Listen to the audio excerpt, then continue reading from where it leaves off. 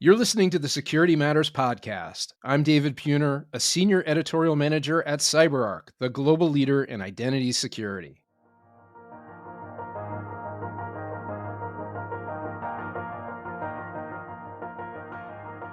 Imagine this. You get an urgent email from your bank. It looks like the real deal. Perfect grammar, flawless branding, seemingly legit sender address. No blatant red flags. It warns of a suspicious transaction and asks you to verify your identity immediately. You hesitate, but the email is convincing. You click. At that moment, a breach begins. Your credentials are compromised, your data exposed. But here's the twist. This wasn't crafted by a human. It was built by AI-powered fraud as a service, capable of generating perfect phishing campaigns, realistic deepfake voices, and even synthetic identities. This scenario isn't some distant future, it's happening now. And as cyber criminals refine their techniques, even seasoned experts struggle to separate real from fake. So, how do security leaders stay ahead? Today we're joined by Blair Cohen, founder and president of AuthenticID, to break down the evolving identity threat landscape, why synthetic fraud is skyrocketing, and how biometric authentication and AI-driven security are reshaping the fight against cybercrime. Let's dive in.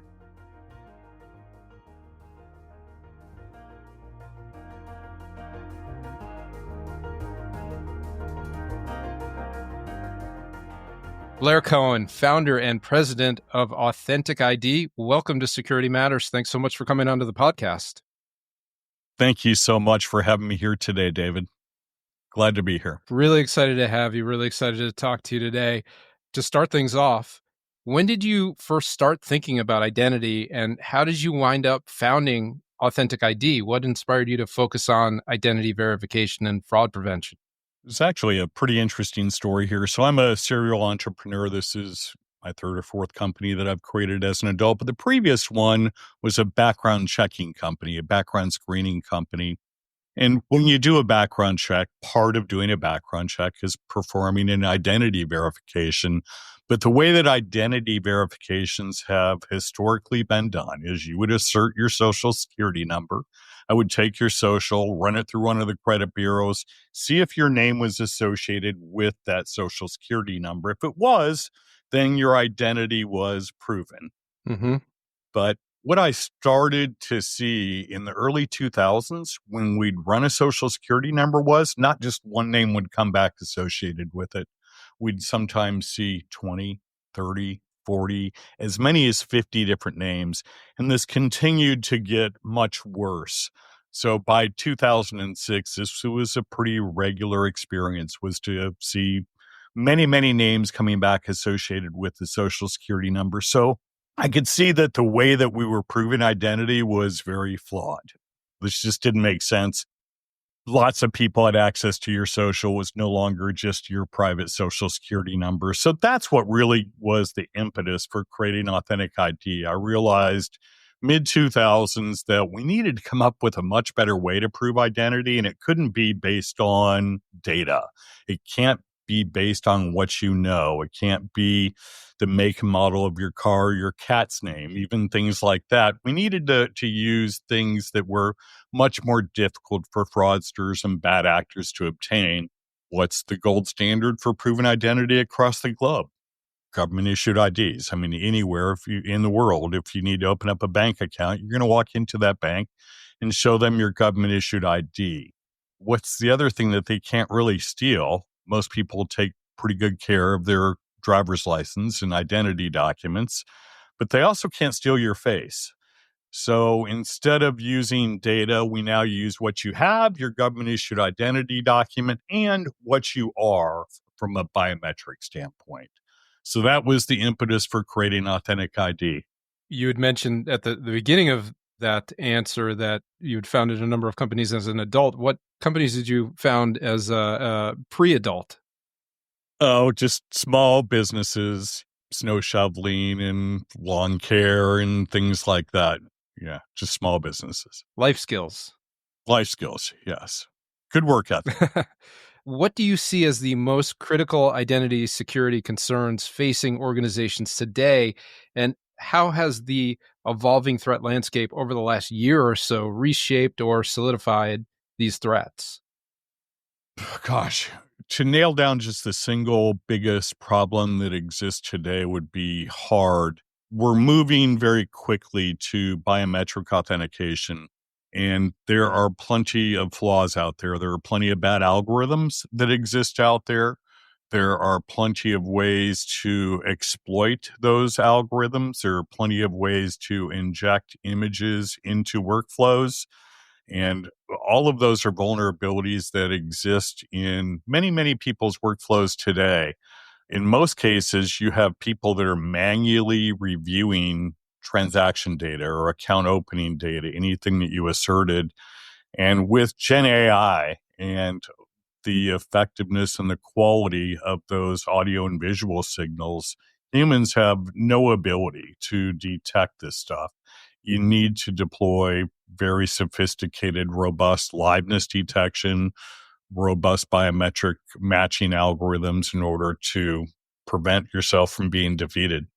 And I should point out that we're talking about human identity here, a big piece of the puzzle, but don't want to confuse it for machine identity. So you had mentioned generative AI. So how has generative AI transformed authentication challenges and authentication itself? You know, it's brought the ability to create sophisticated identity documents, to create sophisticated faces that never existed. You can just generate a new face of somebody that never really ever lived in the world today. You can generate voices. I can listen to your voice for as little as 3 seconds now, and then reliably synthesize and replicate your voice. The way it's transformed authentication challenges is humans can no longer be relied upon to look at the images, look at the voice, listen to the voice, and authenticate them. It requires sophisticated, robust detection capabilities and algorithms. So, from a detection standpoint, you can no longer do this manually. You have to deploy sophisticated tools. Have you yourself been fooled by deepfake? Yeah, it's sad to say I'm considered one of the world's best experts at this. I just took a test yesterday, in fact, where they showed me 10 images of deepfakes faces, and I got 5 out of 10, Oh, which is kind of what I expect. Kind of what I expect. If you look at it in a real world environment, people are given a very short period of time to examine an image, and determining whether that image is authentic or deep fake or synthetic or something else is very, very hard. You've only got a limited amount of time. Let's call it 10 seconds, for example, and it's just not enough. You can't pick up the nuances that are created out of Gen AI that used to exist no longer exist. The deformities in nose lengths, in ear formation, in ear size, and that kind of thing, those mistakes are gone. And keep in mind that you now chat to these tools. You no longer have to be a sophisticated technology person that can manipulate images in Photoshop. You can literally chat to it and tell the engine what you want it to do, and it'll do it better than most humans can in just seconds. you mentioned synthetic. So, what is synthetic identity and what are the authentication difficulties associated with it beyond what we've already discussed?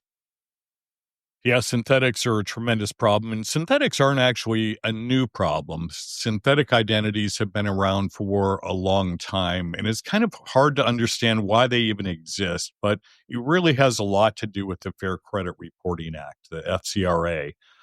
If they see a new file, if you come in and assert that your name is David L. Pruner or Pooner instead of David, whatever your middle initial is, and you were to take your social security number and modify it by just one number, an entirely new persona will be created at all the credit bureaus. An entirely new synthetic identity where the bits and bytes of it, they'll take pieces of my identity, pieces of your identity, and they'll create a whole new file. And generally with the synthetic, right off the bat, this is a new person. So you're not given any credit. So with the synthetic, they will act like a normal person for quite some time and then perform a bust out. So they may get a small prepaid credit card. They might start having some utilities being reported to the Bureau, and they'll build up some sort of credit over a period of time. Then they'll apply for 4 or 5 different credit cards at one time, get all 4 or 5, cash all 4 or 5 out, and then they just disappear. Right. And the problem is that we don't know who to go after, right? This is a synthetic person that never really existed in the world today. And is this something that threat actors can do at scale, or is it limited? They sort of pick and choose, do a couple at a time, and move on. No, it's something they can absolutely do at scale and maintain and continue to culture those accounts over time.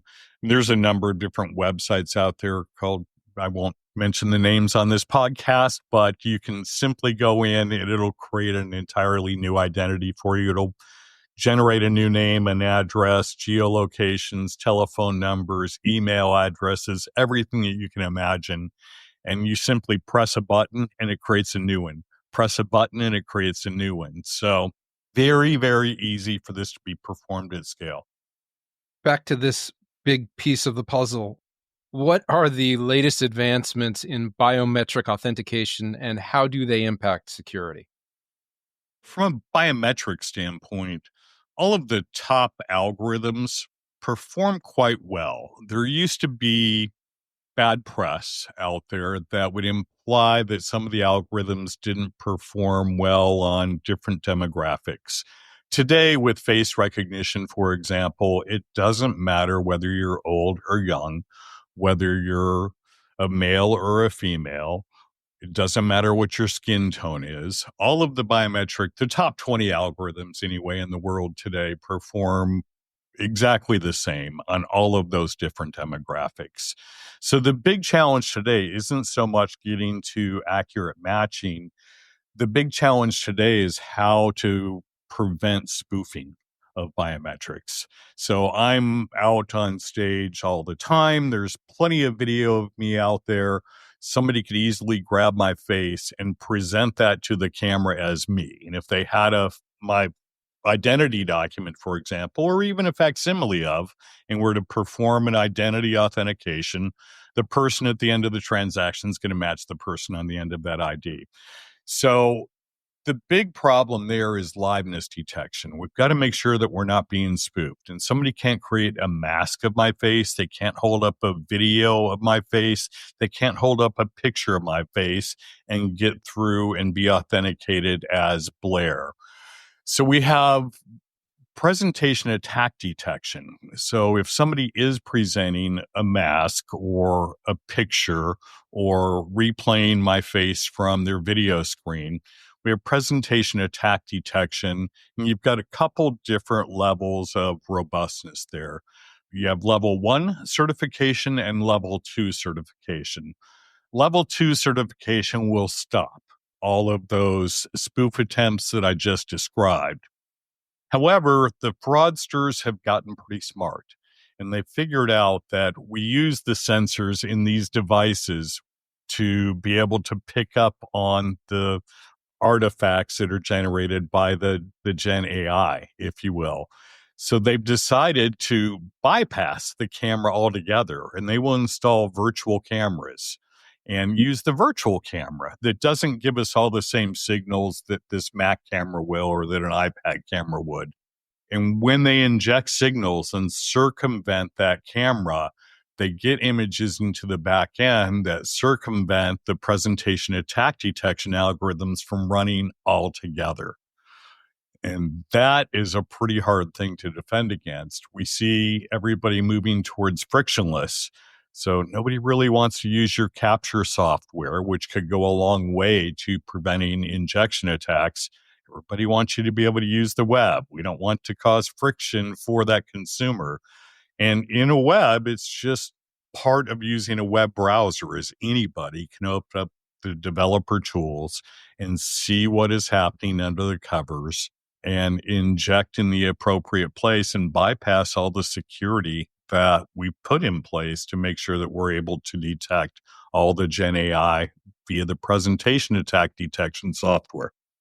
A lot to consider, obviously, and that's why we need the help of Gen AI. So, how is Gen AI or both being used to enhance authentication processes and improve security?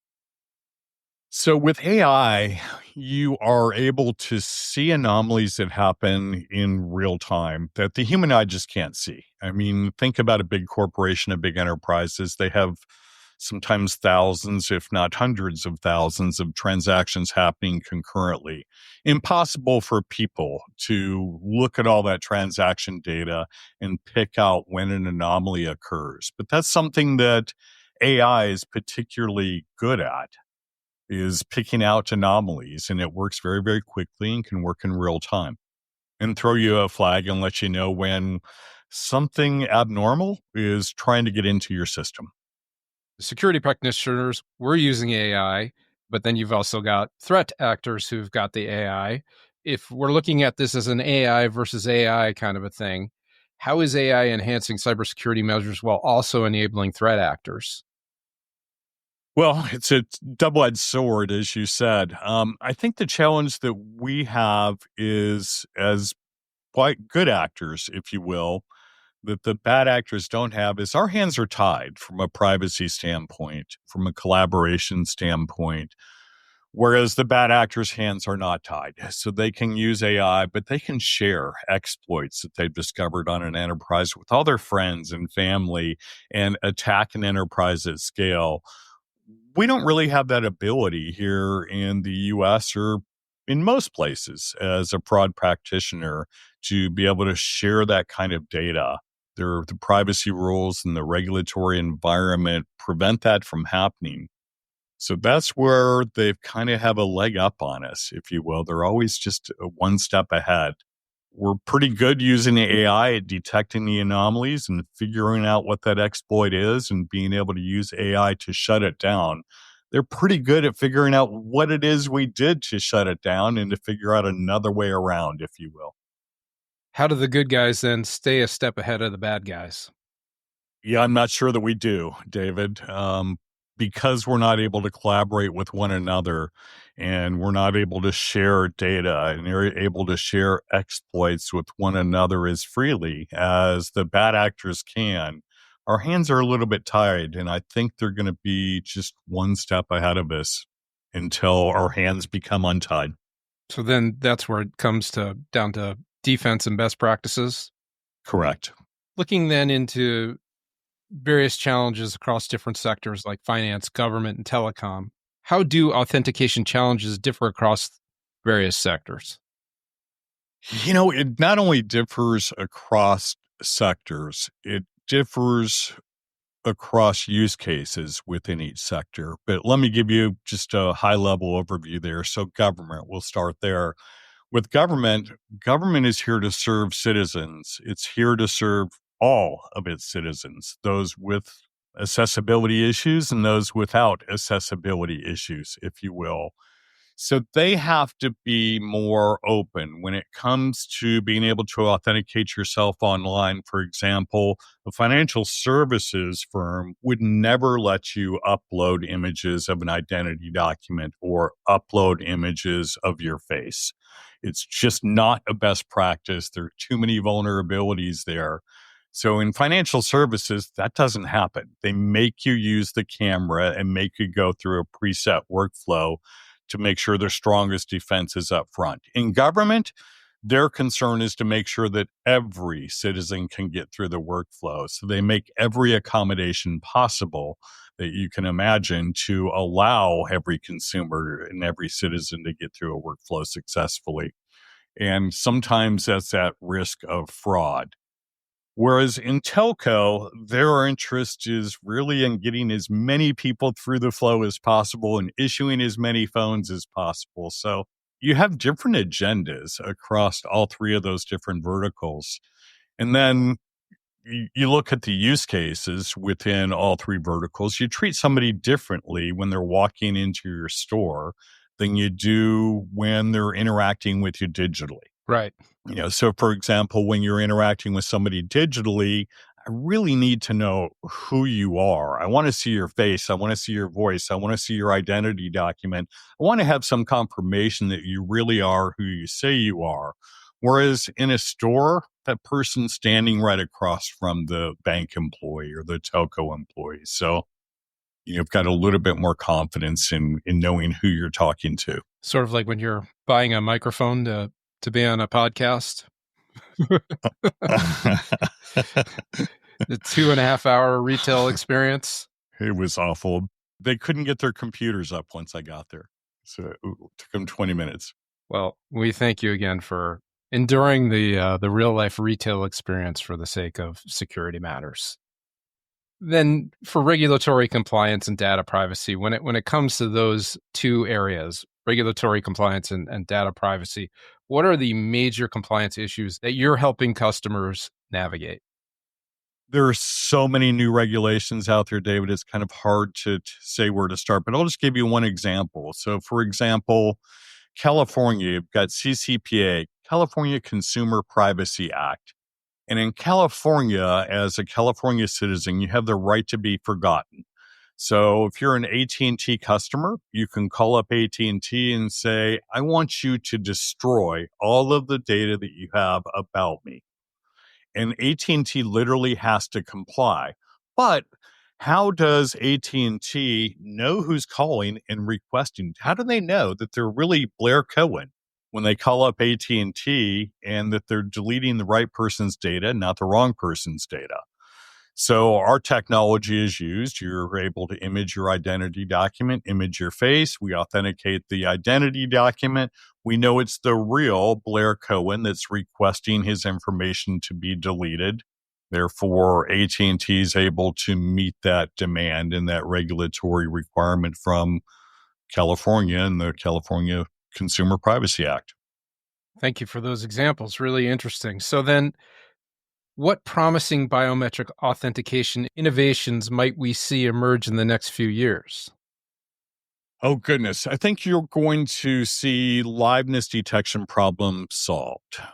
Today, it's not really a solved problem. I think that from a spoof attack vulnerability standpoint, we have that solved, but the injection attack problem still exists. Mm-hmm. And that problem needs to be shut down. We need to make sure that people are going through a very rigorous capture process. We probably need to pull the browser tools away from most consumers and make people download an app.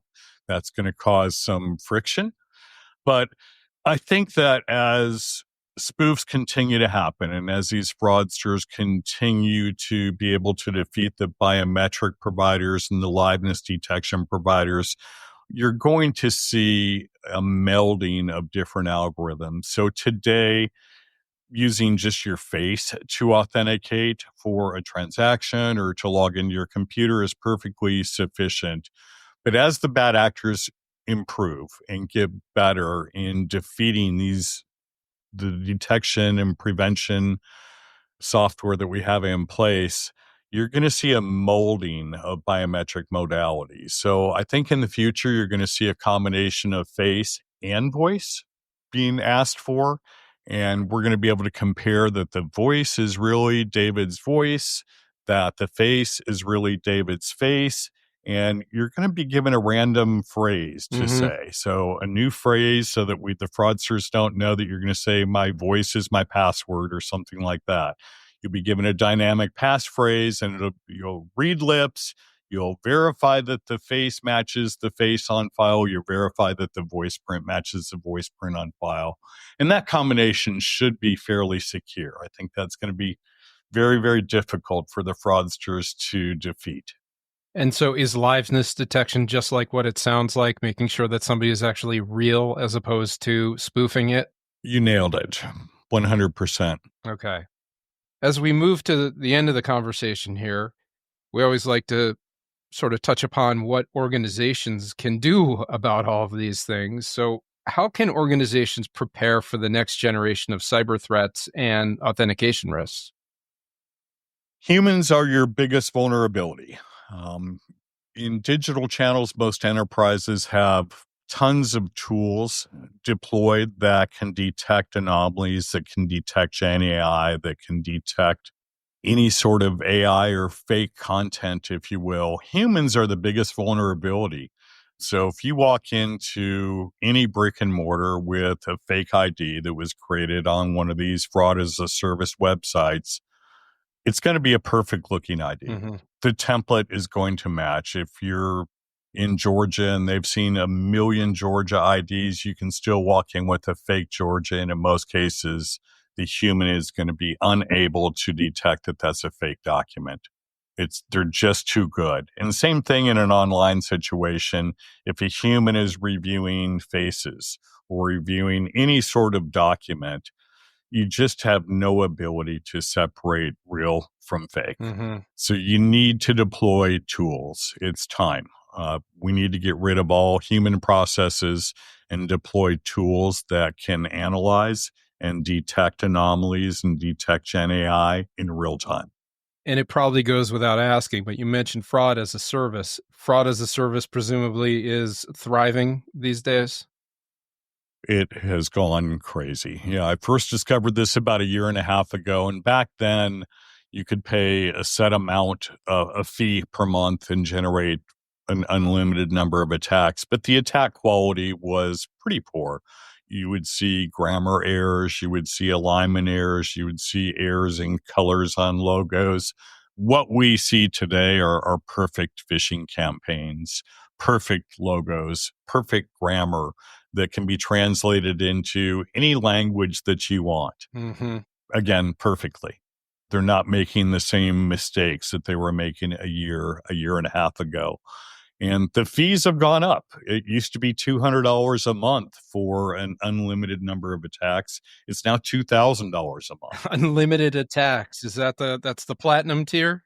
That's the platinum tier. Wow. All right. Unbelievable, although very believable, especially considering the context of everything that we talk about on this program. So now more than ever, it goes back to zero trust. Never trust, always verify. How do you practice that in what you do in your day to day, whether it be personal life or professional life? Just exactly how you described it there, David. I never trust and always verify, no matter how simple it may be. I'm very careful from a hygiene standpoint. I never, ever click on a link, for example, no matter how convincing it may be. At Authentic ID, we house some very, very sensitive data from some of the largest enterprises and governments around the world.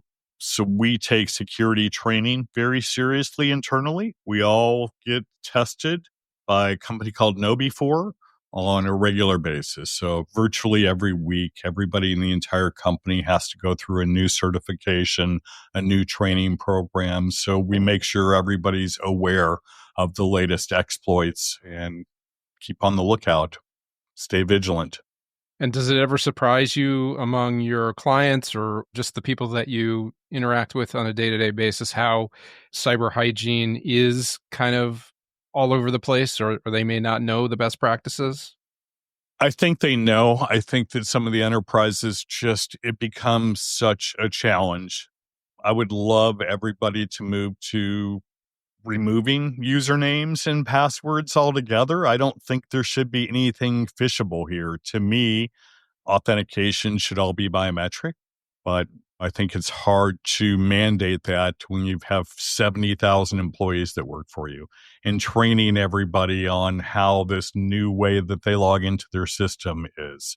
So you have some challenges there, but if everybody had moved to biometric authentication and get rid of usernames and passwords altogether, the world would be a much safer place. Blair Cohen, founder and president of AuthenticID. Thank you so much for coming onto the podcast. Really appreciate it. It's been really nice speaking with you. It's been my pleasure, and I appreciate your time today. Thank you very much, David.